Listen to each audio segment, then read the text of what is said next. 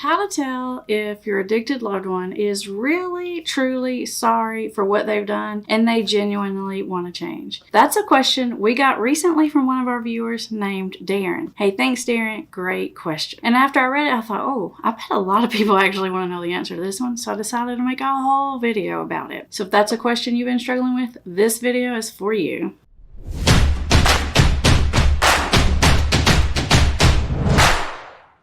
If you're new here, welcome to Put the Shovel Down. I'm Amber Hollingsworth, and this YouTube channel is dedicated to helping you understand the science and psychology of addiction so that you can get your life and your loved ones back on track and get back to living the life that you want to live. You see, our goal here is to shed a constant light on addiction so that you always know what's going on, because addiction only lives in secrecy and darkness. Once you shine the light on it, it just can't survive. And today, we're going to shine a very bright light on the topic of how to know if your addicted loved one is really, truly sorry. When I read this question, I actually had like my immediate first reflexive thought. And then right after that, I had a, yeah, but wait, what about this thought? And then eventually I even had one more thought. So I'm going to share those three important thoughts with you.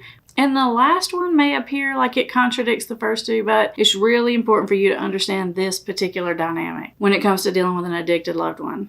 Okay, so if you're dealing with addiction in your family or in your friends, then you've probably had your loved one apologize more than once, more than twice, probably more than 10 times. And by now, you've heard it so many times, it's just words to you, and it probably doesn't mean much. In fact, sometimes if your loved one is apologizing to you, it might even make you angry because you've heard it so many times and it feels like, why are you lying to me again? And it's just insulting and infuriating.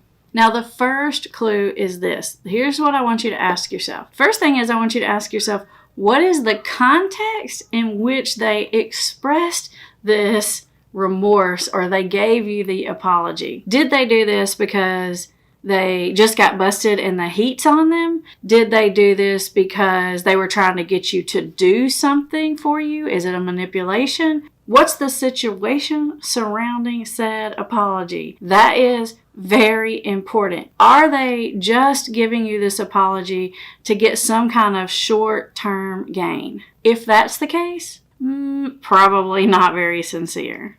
But you know what? I bet you already had that one figured out before you even watched this video.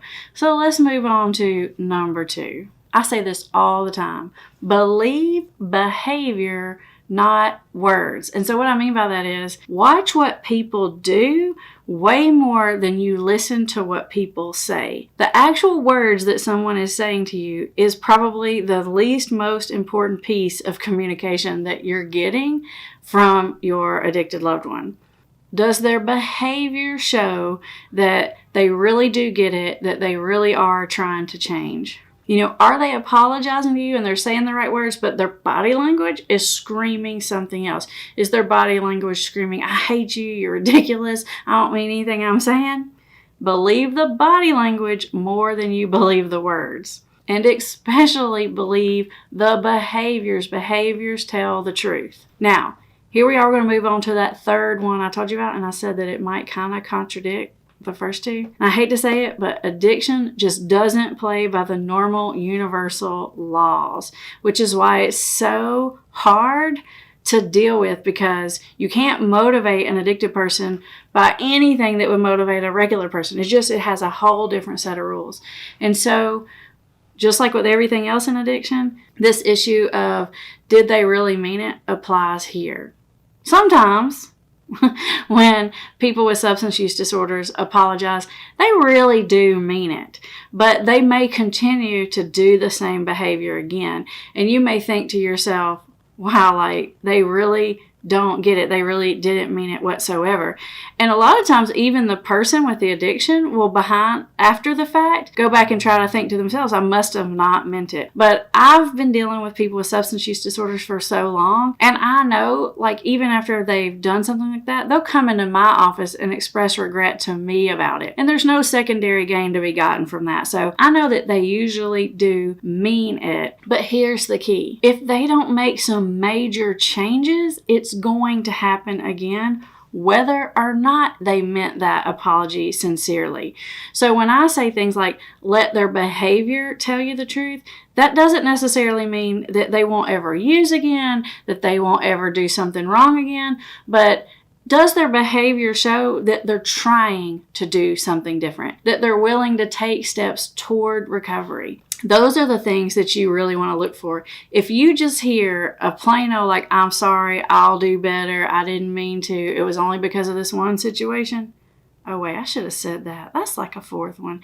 If somebody puts a qualifier on their apology like, it only happened because of this, that's an indicator that they may be saying they're sorry, but they feel kind of justified because of the situation. So I should have said 4. Let's put that one on the list. So it's okay to believe your loved one when they say they're sorry, because more than most likely, they really are sorry. What you're looking for, though, is what are they going to do about it?